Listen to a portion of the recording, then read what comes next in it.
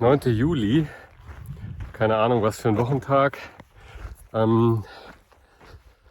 9. Juli, bin jetzt hier bei Meile 1390 knapp oder so. Also bin jetzt kurz vor Mount Shasta, so heißt der Berg. Ganz cool, den konnte ich bis eben noch sehen, aber jetzt wird es hier gebüschig. Alles durch Gebüsch versperrt. Da hinten sieht man ein bisschen Aussicht so. Naja, jetzt Nordkalifornien ist glücklicherweise ein bisschen flacher. Was heißt ein bisschen flacher? Ist richtig flach. Im Gegensatz zu den letzten Wochen, also zu dem ganzen PCT, den ich bisher erlebt habe. Das ist jetzt das erste Mal auf dem PCT, wo es gut flach wird. So, richtig gut. Da kommt man auch mal dazu, ein paar Meilen runterzureißen. Ein paar mehr als 20 am Tag. Jo.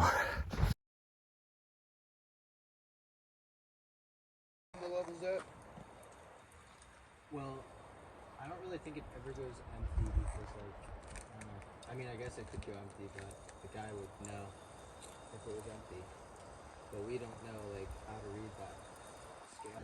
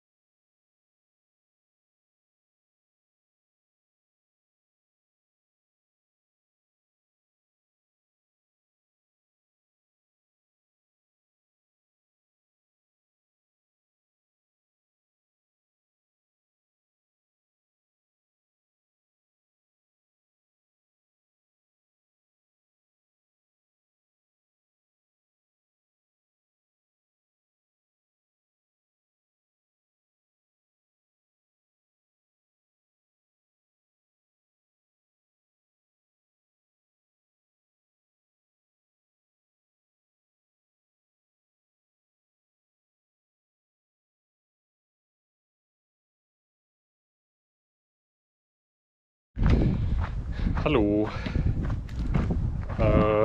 Heute ist der 16. Juli 2022. Keine Ahnung welcher Tag auf dem Trail. Ich glaube heute ist Samstag. Jo.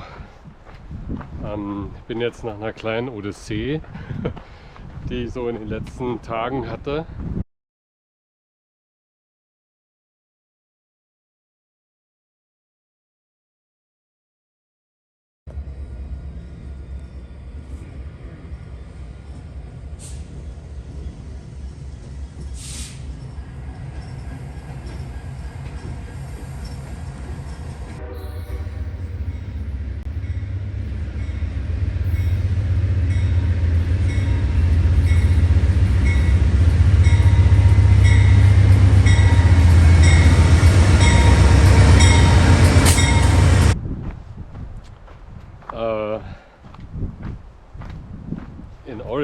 gelandet.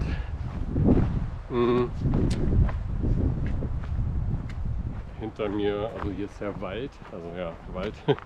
Und vor mir, links vor mir, kann man jetzt durch die Bäume hier nicht sehen. Sehe ich aber manchmal hier schon den Mount Hood. Bin jetzt also kurz vor der Timberline Lodge.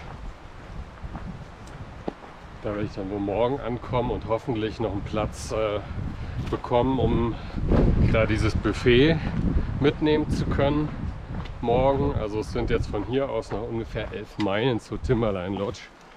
Das ist jetzt 18:36 Uhr. Ich werde jetzt noch ein paar Meilen machen, damit es morgen nicht so viel wird und ich so früh wie möglich dann an der Timberline Lodge ankomme. Jo.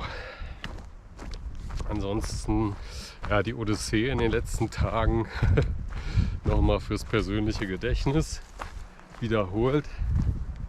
Das war echt eine Art Odyssee. Ich habe in den letzten Tagen ziemlich viele Meilen geskippt, wo ich das gar nicht wollte, zumindest nicht in dem Ausmaß. Was jetzt dazu führen wird, dass ich nicht wie ursprünglich gedacht so Anfang September an der kanadischen Grenze ankomme, sondern schon Mitte August. Also ja, in nicht mal einem Monat. Das sind jetzt hier noch knapp unter 600 Meilen bis zur Grenze. Und ich werde jetzt wahrscheinlich so 20 Meilen am Tag machen. Viel Raum für Zeros ist jetzt nicht mehr, zumal es auch keine Gelegenheiten mehr gibt, irgendwo unterzukommen. Nicht mehr so richtig jedenfalls. Und wenn, dann zu horrenden Preisen. Also ich glaube, eine Nacht in der Timberline Lodge, wenn man überhaupt noch ein Zimmer bekommen würde, würde im Sommer jetzt $350 aufwärts kosten. Also naja, das machen wir mal nicht. Ja, jedenfalls bin ich so vor, keine Ahnung wie viele Tagen, also so viele Tage werden es gar nicht sein. Ich war ja gar nicht so viele Tage jetzt auf dieser Odyssee, aber es fühlt sich so an, weil so ein Bruch einfach. Ich habe auch wenig bis kaum geschlafen in der Zeit, weil die Verbindungen so miserabel waren. Ja, also ich kam von Nordkalifornien, also bin bis nach Nordkalifornien durchgelaufen, also habe bis dahin nicht geskippt oder so, sondern komplett durchgelaufen. Und dann kamen so langsam ja die Infos von wegen, da kommen jetzt Burn Areas, also Gebiete, in denen es letztes Jahr so gebrannt hat. Da war einmal die Feuer hier, diese Waldbrände, die bekommen immer irgendwie Namen. Und da gab es letztes Jahr einmal das Bear Fire, dann gab es das Dixie Fire und ich glaube Lion's Head ist jetzt das aktuelle, also das, was ich jetzt gerade kürzlich hinter mir gelassen habe. Lion's Head, Fire Closure, ja ich glaube ja. Also jedenfalls mehrere Gegenden, die relativ großflächig sind, die man entweder umskippen sollte. Also da rät die PCTA, also die Pacific Crest Trail Association, die rät dazu, entweder diese Gegenden zu skippen, zu umfahren, weiträumig zu umfahren, oder sogar der National Forest Service hat verboten, da durchzulaufen. Beides darf man ernst nehmen. Also das zweite noch mehr als das erstere. Ich habe beides ernst genommen und habe die Gegenden geskippt. Also bin die umfahren mit Bus und Bahn. Davor ist mir noch was passiert. Da ist meine Thermarest, also meine aufblasbare Matte, also die zum Schlafen elementar ist, die ist mir um die Ohren geflogen. Was zur Folge hat, das ist schon 2 Wochen her oder so, was zur Folge hatte, dass ich mehrere Tage in Folge nicht schlafen konnte, beziehungsweise schlecht oder kaum geschlafen habe. bin dann irgendwie zurück. Also ich war schon wieder ein Stück auf dem Trail unterwegs so. Bin dann zurückgelaufen, weil sich herausgestellt hat, ja, weiterlaufen bringt nichts, weil ich dann einfach ausgezehrt bin. Wenn ich jeden Tag 20 Meilen machen muss über 3-4 Tage und mich nachts einfach nicht erholen oder regenerieren kann. Das funktionierte nicht. Bin dann also wieder den kürzeren Weg zurück. Von der Stadt dann, Stadt ist übertrieben, ich glaube Sierra City war das. Das ist eine Straße auf dem, also Highway 49 und links und rechts stehen ein paar Häuser. Von da aus bin ich dann getrennt in die nächste Stadt, ich glaube nach Quincy war das, wo ich mir dann erstmal eine neue Thermarest gekauft habe für $220, damit ich wieder schlafen kann. So, und dann war die Überlegung, ja, jetzt bist du da mitten in diesem Gebiet, wo diese Feuer gewütet haben im letzten Jahr.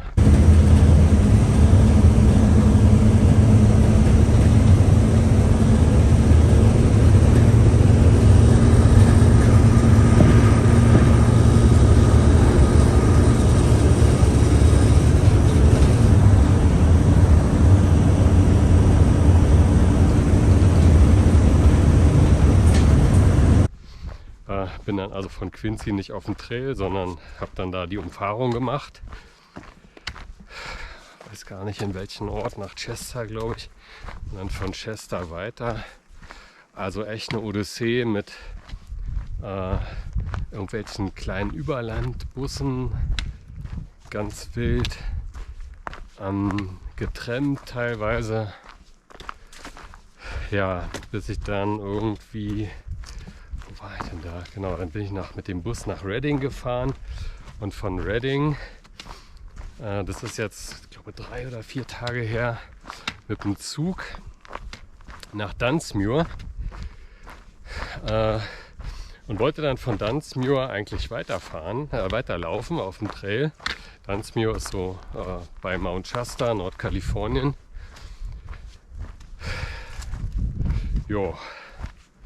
Und habe da 2 ältere Mädels getroffen, also ältere Mädels, mich mit denen unterhalten und das war auch schon bei vielen anderen so in den vergangenen Tagen da so, ja, die Gegend ab Dunsmuir, ab Mount Shasta, so Nordkalifornien, Anfang Oregon, meinten die, ja, langweilig und flach und man läuft eigentlich nur durch den Wald und ja, mich mit denen unterhalten und so ein bisschen mich anstecken lassen.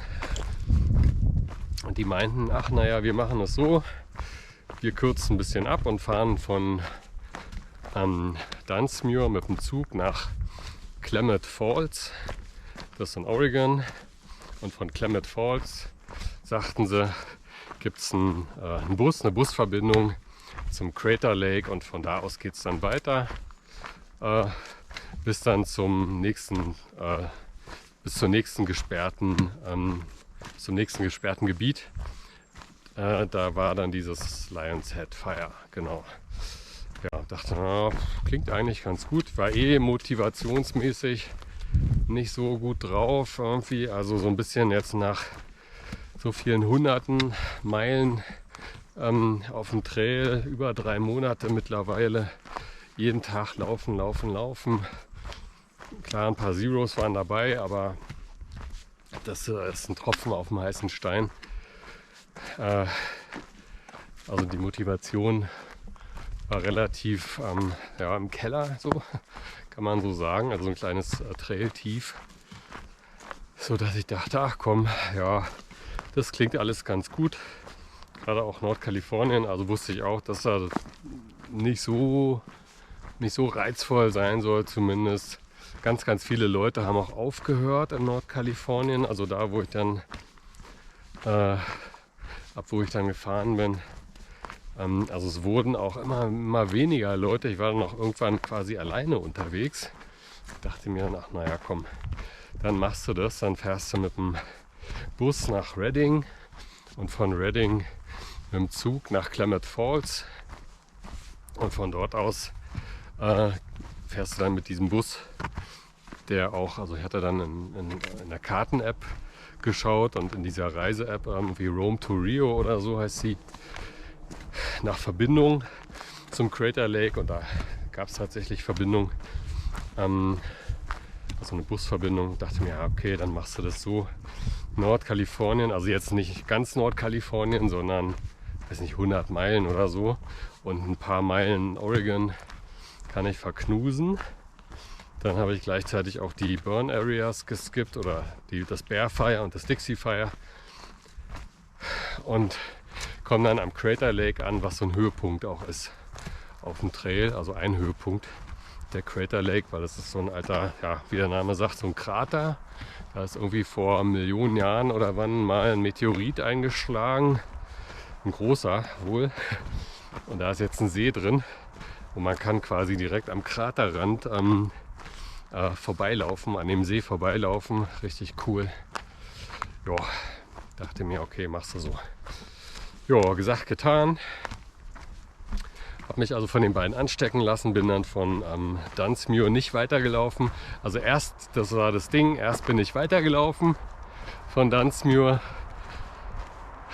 den einen Tag, das muss jetzt 3-4 Tage auch her sein oder so, weitergelaufen, 5, 6, 7 Meilen, und habe mich nicht so wohl gefühlt. Dachte immer, mir gingen diese Gedanken durch den Kopf, von wegen, ach naja, ist doch gar nicht, eigentlich ist es doch gut, wie die das gemacht haben. So hätte ich da noch, also ich hätte eigentlich, war auf dem Weg quasi nicht zu skippen und Nordkalifornien weiterzulaufen bis nach Oregon. Ja, und bin dann tatsächlich zurückgelaufen. Ja, dachte, also da gab es eine Wasserstelle und dann Rucksack abgesetzt, kurz drüber nachgedacht, also kurz nochmal intensiv drüber nachgedacht, weil lang hatte ich ja vorher schon drüber nachgedacht, und bin dann einfach zurückgelaufen nach Dunsmuir. Ja, habe da irgendwo an den Gleisen gepennt die Nacht, also nicht geschlafen, also ich habe versucht zu schlafen, aber so richtig toll war das nicht. Und bin dann am nächsten Tag, am 14., genau, das war vorgestern, am nächsten Tag, jetzt komme ich hier wohl an einem Highway an, es wird hier gerade richtig laut,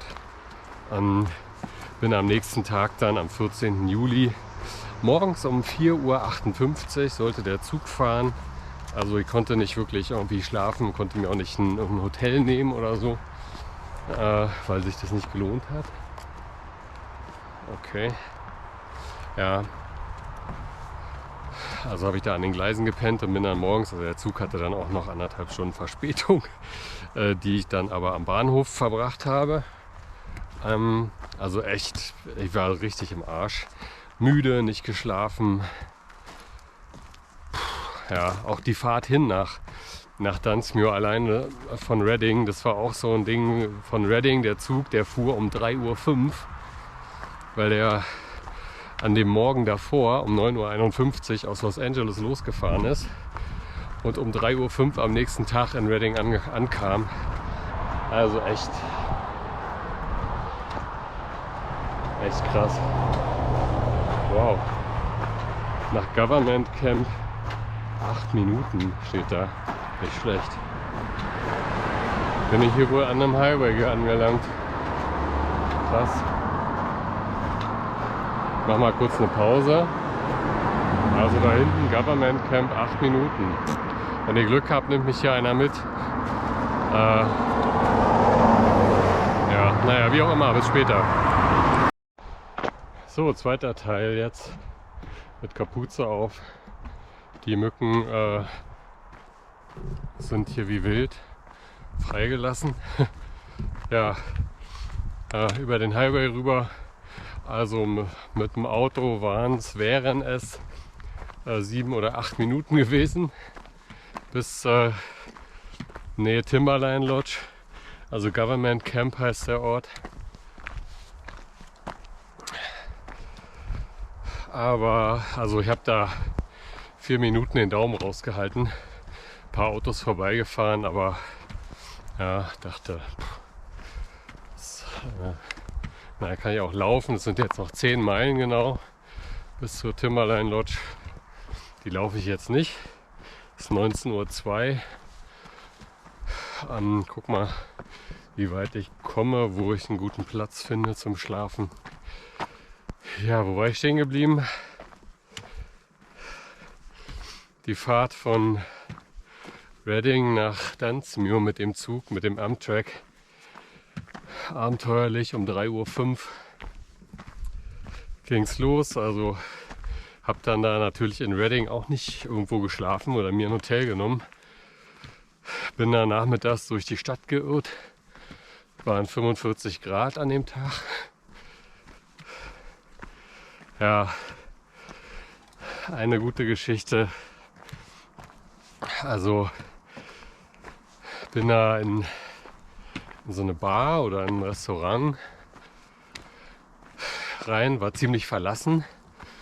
Also da saßen ein paar Leute drin, aber auch irgendwie nur so eine versprengte Familie oder sowas so, weil der Laden wohl eine Stunde später zugemacht hat.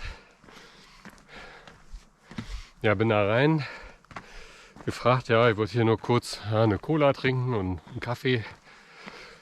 Und die Bedienung oder die Mitarbeiterin dort meinte dann, ja, ein bisschen vor der Wärme schützen und so. Dann komm mal rein. Hat mir Platz angeboten, gleich ein kaltes, großes Wasser mit Eis hingestellt, eine Cola und so ein Liter Styroporbecher mit Wasser und Eis quasi mir zum Mitnehmen schon mal hingestellt. So, dann habe ich da noch ein Bier getrunken. Also Cola, Bier, Wasser, so. Saß da kurz. Neben mir sozusagen wurde schon der Staubsauger angeschmissen. Die haben da schon dann den Laden sauber gemacht. Und beim Gehen kam dann so ein Typ, also so der Papa von der Familie, die da saß in dem Laden. Der kam dann beim Gehen so an meinem Tisch vorbei. Wir haben uns kurz unterhalten. Also sah offensichtlich aus wie ein Wanderer. Er fragte danach, ja, bist du hier auf dem PCT unterwegs und so.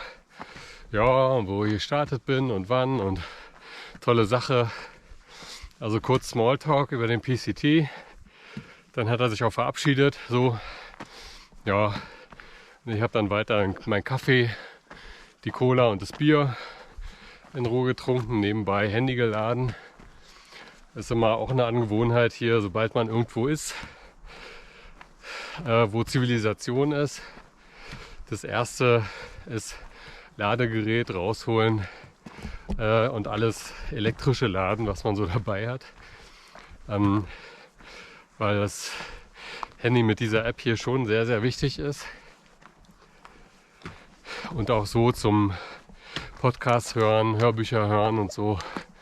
Das ist schon sehr angenehm. Also kann so ein bisschen, wenn Langeweile aufkommt, was passiert, kann es den Tag schon ein bisschen versüßen. Naja, jedenfalls sitze ich da, Kaffee, Cola, Bier, alles am Laden. So, und dann wird es so langsam Zeit, den Laden zu verlassen, also zu bezahlen und dann rauszugehen, wieder in die brütende Hitze, 45 Grad. Und dann kommt die Mitarbeiterin zu mir an den Tisch und sagt, ja, ich brauche nicht mehr bezahlen. Der Mann da von eben, der hat meine Rechnung übernommen. Ja, wollte aber nicht, dass ich das weiß. Hatte also keine Gelegenheit, mich irgendwie zu bedanken oder so. Ja, also richtig coole Geste. Weiß ich nicht, wären vielleicht $15 oder so gewesen. Oder 10, 12, was, keine Ahnung. Ja, sowas erlebt man auch. Sehr, sehr cool.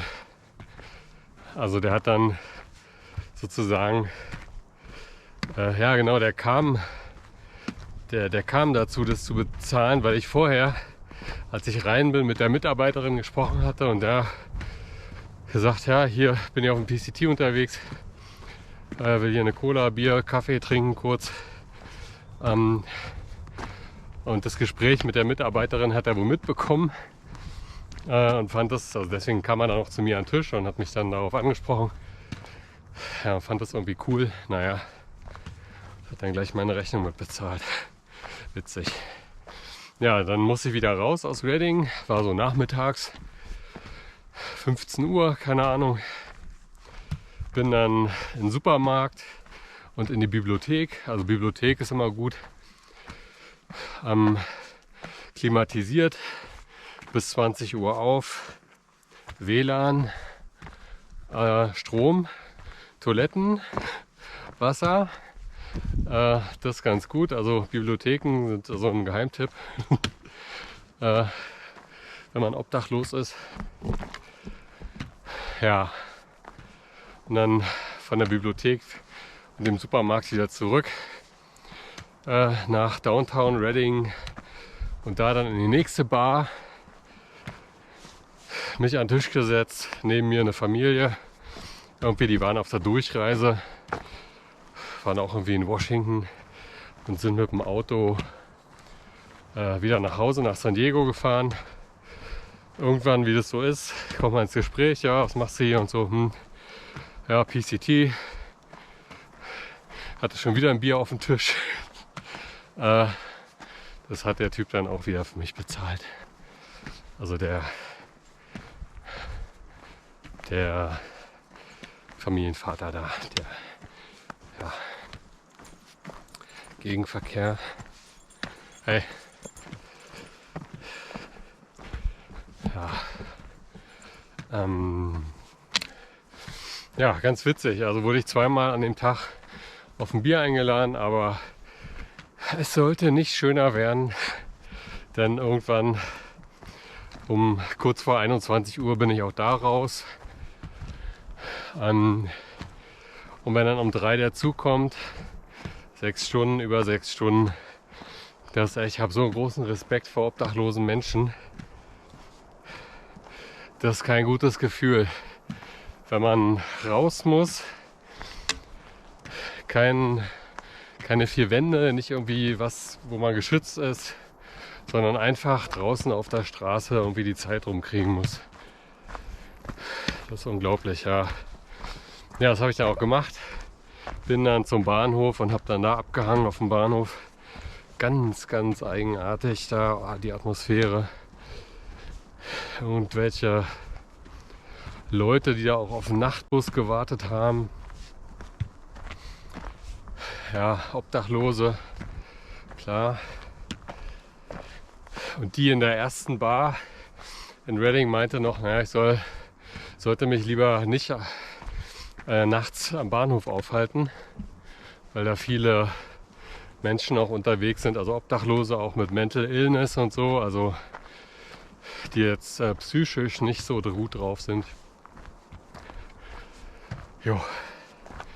Na, jedenfalls nicht geschlafen. Um 3 Uhr kam der Zug. Der war pünktlich. Dann fuhr der 2 Stunden bis Dunsmuir. Dachte mir, kannst du 2 Stunden im Zug pennen. Letztendlich habe ich vielleicht 45 Minuten geschlafen in dem Zug. Musste dann wieder raus. Natürlich um 5, kurz vor 5 in Dunsmuir. Da war es, glaube ich, noch dunkel, war vor dem Sonnenaufgang. Und da war ich so müde. Bin da durch Dunsmuir geirrt. Tote Stadt. Und habe da einfach irgendwie einen Platz in der Nähe von so einem Billig-Supermarkt, also was bei uns so Aldi ist. Dollar General heißt der. Da war von Weitem und von der Straße aus nicht einsehbar, an einem Fußweg so. War so eine kleine Wiese. Also Wiese ist übertrieben. Einfach ja, ein Stück Boden so neben dem Fußweg. Hab da mein Groundsheet hingelegt, die Matte ausgeklappt die neue Thermarest-Matte aufgeblasen, Schlafsack rausgeholt und da bis 9:30 nochmal gepennt. Abenteuerlich. Ja, echt abenteuerlich. Naja, und dann war ja der Plan von Dunsmuir an dem Tag, weiter zu fahren. Nee, nicht weiter zu fahren, sondern weiter zu hiken. Ja, musste ja in Dunsmuir raus, weil ich da nächste Stadt, die war nicht an der Zuganbindung dran, Mount Chester ein Paket hatte bei der Post. Also der eigentliche Grund war, nach Mount Chester zu gehen, zu fahren, wie auch immer, um das Paket von der Post abzuholen. Habe ich dann gemacht an dem Tag, also nachdem ich da bis 9:30 gepennt habe. Genau bei der Post habe ich dann die beiden älteren Mädels getroffen, die mir diesen Floh ins Ohr gesetzt haben. Ja, bin dann nachmittags wieder zurück auf den Trail und dann vom Trail einfach ja, wieder zurück. Der nächste Zug nach Klamath Falls, der war dann schon weg natürlich, weil der morgens ja, also hätte ich in meinem Zug sitzen bleiben müssen. Ja, naja, nee, Moment, habe ich eine Nacht auf dem Trail gepennt? Ich glaube, ja. Naja, wie auch immer, das verschwimmt gerade alles so ein bisschen, auch durch den Schlafentzug. Ja, naja, jedenfalls von Klamath Falls fuhr kein Bus zum Crater Lake. Also der wurde wegen Covid eingestampft, wie auch immer. Ich kam da in Klamath Falls an. Da war zum Glück Personal, also ein Mensch, den man ansprechen konnte an so einem Schalter. Der sagte mir, naja, 2 Möglichkeiten. Entweder mit dem nächsten Zug am nächsten Tag wieder zurückfahren und neu überlegen, was man macht. Oder den Bus nach Bend in 1 Stunde nehmen. Bend, Oregon. Und das ist ziemlich weit weg. Also so weit, wie ich gar nicht skippen wollte eigentlich. Aber gut. Das hat mich jetzt oder hat mir jetzt ein paar Tage gespart. Auch ganz okay. Also Nordkalifornien, Südoregon quasi. Oder fast halb Oregon. Also Oregon ist eh nicht so groß, die Tour. So, jetzt gespart, ist okay. Kann ich mit leben, bin früher zu Hause. Morgen Timberline Lodge. Und am 16. August geht der Flug nach Hause. Ja, so war das.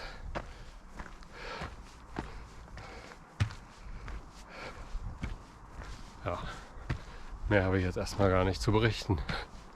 Reicht auch.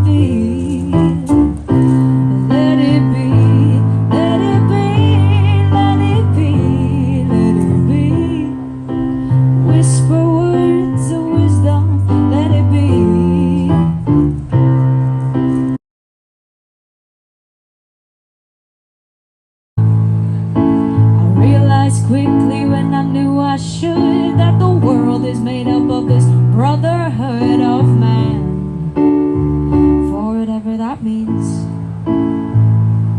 And so I cry sometimes when I'm lying in bed just to get it all out, what's in my head, and I am feeling a little peculiar. And so I wake in the morning and I step outside and I take a deep breath and I get real high and I scream from the top of my lungs, what's going on? And I said, hey, yeah, I said, hey, what's going on? And I said, hey, I said, hey, what's going on? And I try, how am I going to try? I try all the time in this institution, and I pray, how am I going to pray? I pray every single day for revolution. And so I cry sometimes when I'm lying in bed just to get it all out, what's in my head, and I am feeling a little peculiar. And so I wake in the morning and I step outside and I take a deep breath and I get real high and I scream from the top of my lungs, what's going on? And I say,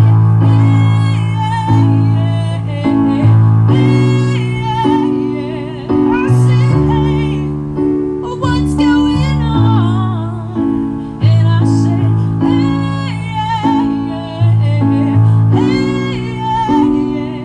I said, hey, what's going on? Bumpkin Free, thank you so much for having me. I love playing here. It's always such a chill vibe. If you want to connect with me virtually, my Instagram is below on the board. And with that, have a great, safe summer night. Thank you again.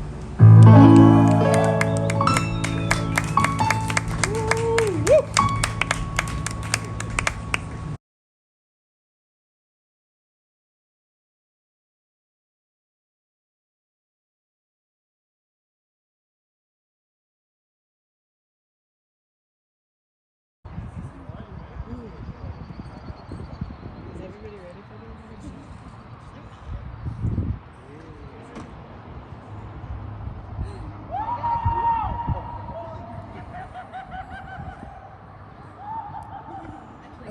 Wow, he bounces so high. That's so crazy. Didn't waste any time. That's crazy. Think about it. He sounded like he'd maybe done it before. He didn't even sound scared. The first one was